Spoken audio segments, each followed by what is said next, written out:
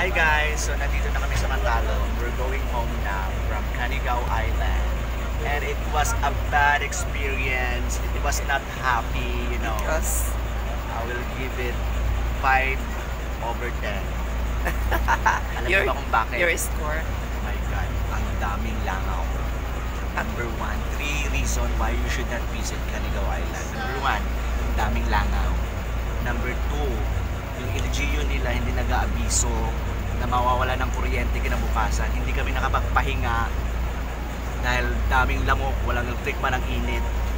Wala man ang abiso sa amin. Tapos wala kakatulog. Yes. Hindi kami nakatulog lahat.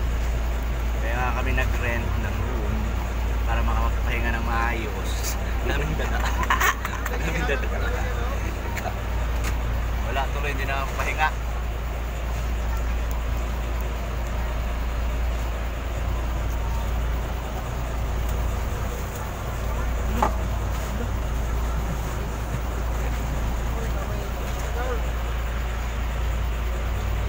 Mamaya na po din ito.